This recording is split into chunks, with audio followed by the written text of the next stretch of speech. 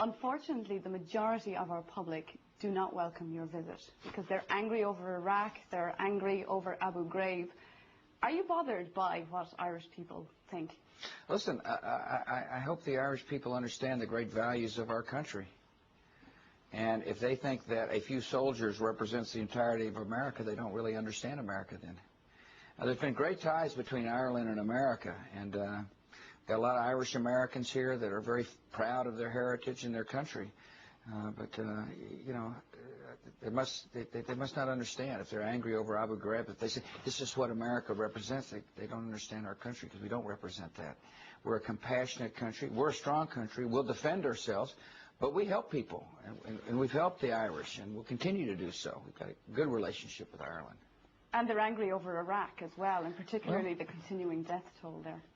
Well, I can understand that. People don't like war, but what they should be angry about is the fact that there was a brutal dictator there that had destroyed lives and put them in mass graves and had torture rooms. Listen, I wish they could have seen the 7 men that came to see me in the Oval Office.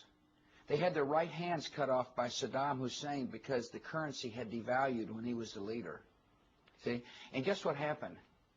And Americans saw the fact that they had their hands cut off and crosses or X's carved in their forehead, and he flew them to America, and they came to my office with a new hand, grateful for the generosity of America, and with Saddam Hussein's brutality in their mind. Now, look, Saddam Hussein had used weapons of mass destruction against his own people, against the neighborhood. He was a brutal dictator who posed a threat. Such a threat that the United Nations voted unanimously to say, Mr. Saddam Hussein... Indeed, Mr. President, but you didn't find the weapons of mass destruction. May I finish? He said, the United Nations said, disarm or face serious consequences. That's what the United Nations said. And guess what? He didn't disarm. He didn't disclose his arms.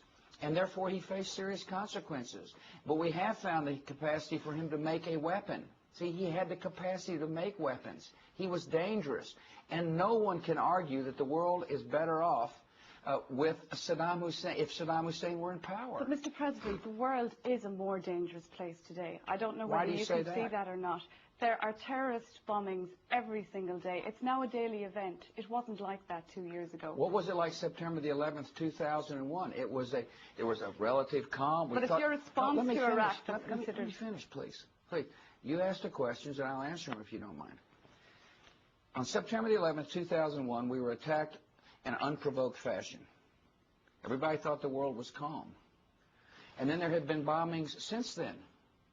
Not because of my response to Iraq. There were bombings in Madrid. There were bombings in Istanbul. There were bombings in Bali. There were killings in Pakistan. Indeed, Mr. President, and I think Irish people understand that, but I think there is a feeling that the world has become a more dangerous place because you have taken the focus off Al-Qaeda and diverted into Iraq. Do you not see that the world is a more dangerous place? I saw 4 of your soldiers lying dead on the television the other day, a picture of 4 soldiers just lying there without their flag. Listen, nobody cares more about the death than I do. Is there a point at which... Let me finish, please, please. Let me finish, and then you can follow up if you don't mind. Nobody cares more about the deaths than I do. I care about it a lot. But I do believe the world is a safer place and becoming a safer place. I know that a free Iraq is going to be a necessary part of changing the world. Listen, people join terrorist organizations because there's no hope. And there's no chance to raise their families in a peaceful world where there is not freedom. And so the idea is to promote freedom and at the same time protect our security. And I do believe the world is becoming a better place, absolutely. Mr. President, you are a man who has great faith in God. I've heard you say many times that you strive to serve somebody greater than yourself. Right. Do you believe that the hand of God is guiding you in this war on terror? I think that my relationship with God is a very personal relationship. And I turn to the good Lord for strength. And I turn to the good Lord for guidance. I turn to the good Lord for forgiveness. But the God I know is not one the God I know is one that promotes peace and freedom. And but I get great sustenance from my personal relationship. That doesn't make me think I'm a better person than you are, by the way. Because one of the great admonitions in the good book is, don't try to take a speck out of your eye if I got a log in my own. You're going to meet Bertie Ahern when you arrive in Shannon Airport tomorrow. Yeah. I guess he went out on a limb for you, presumably because of the great friendship between our two countries. Can you look him in the eye when you get there and say, it will be worth it, it will work out? Absolutely. I wouldn't be doing this. I wouldn't have made the decisions I did if I didn't think the world would be better. Of course. But I'm not going to put people in harm's way or young if I didn't think the world would be better. Why is it that let me finish. And so, yes, I can turn to my friend Bertie Ahern and say, thank you. Thanks for helping.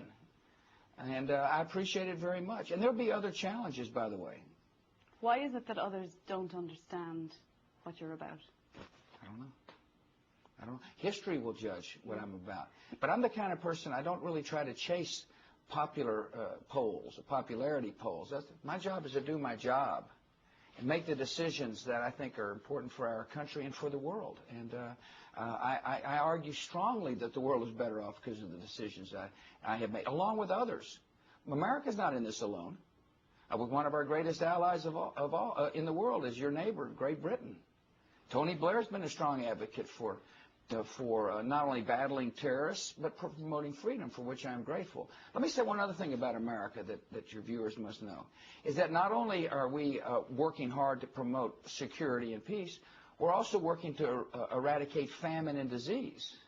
There's no more generous country on the face of the earth than the United States of America when it comes to fighting HIV/AIDS. As a matter of fact, it was my initiative that asked Congress to spend $15 billion over 5 years to battle this pandemic, and we're following through on it. And no other country in the world feeds more of the hungry than the United States. And so we're a compassionate nation. Mr. President, I know your time is tight. Can I move you on to Europe? Are you satisfied that you are getting enough help in Iraq from European countries? You have come together, you are more friendly now, but they're not really stepping up to the plate with help, are they? Well, I think, first of all, most of Europe supported the decision in Iraq. Really what you're talking about is France, isn't it? And they didn't agree with my decision. They did vote for the UN Security Council resolution that said, disclose, disarm, or face serious consequences. We just had a difference of opinion about when you say something, do you mean it? But nevertheless, there's no doubt in my mind, President Chirac would like to see a free and democratic and whole Iraq emerge. And same in Afghanistan. They've been very helpful in Afghanistan. They're willing to forgive debt in Iraq. But most European countries are very supportive and are participating in the reconstruction of Iraq. And how do you see the handover going? The next few weeks are going to be crucial. Can democracy really flourish with the violence that's going on? 100 Iraqis dead today, Mr. President. Yeah, no, I don't like death either. I mean, you keep emphasizing the death, and I don't blame you. But all that goes to show is the nature of the enemy. These people are willing to kill innocent people. They're willing to slaughter innocent people to stop the advance of freedom. And so the free world has to make a choice. Do we cower in the face of terror, or do we lead in the face of terror? And I'm going to lead in the face of terror. We will not let these terrorists dash the hopes and ambitions of the people of Iraq. There's some kind of attitude that says, oh gosh, the terrorists attack, let's let the Iraqis suffer more. We're not going to let them suffer more. We're going to work with them. And I'm most proud of this fella, Prime Minister Alawi. He's strong and he's tough. He says to me, Mr. President, don't leave our country. Help us secure our country so we can be free. Indeed, Mr. President, just to get back to that, can I just turn to the Middle East? Sure. You will be discussing at the EU summit the idea of bringing democracy to the broader Middle East. Right.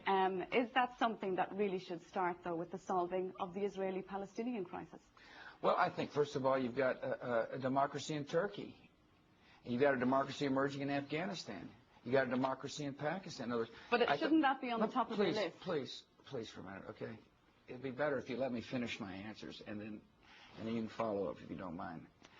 And what I'm telling you is that democracy can emerge at the same time that a democracy can emerge in the Palestinian state. I'm the first American president to have called for the establishment of a Palestinian state, the first one to do so, because I believe it is in the Palestinian people's interest. I believe it's in Israel's interest.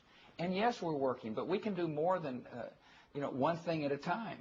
And we are working on the roadmap with the quartet to advance the process down the road. Like Iraq, the Palestinian and the Israeli issue is going to require good security measures. And a bit more even-handedness from America? And we're working on security measures. In America, I'm the first president to ever have called for a Palestinian state. That's, to me, sounds like a reasonable, balanced approach. And but I will not allow terrorists to determine the fate, as best I can, determine the fate of people who want to be free. Mr. President, thank you very much for talking to us. You're welcome.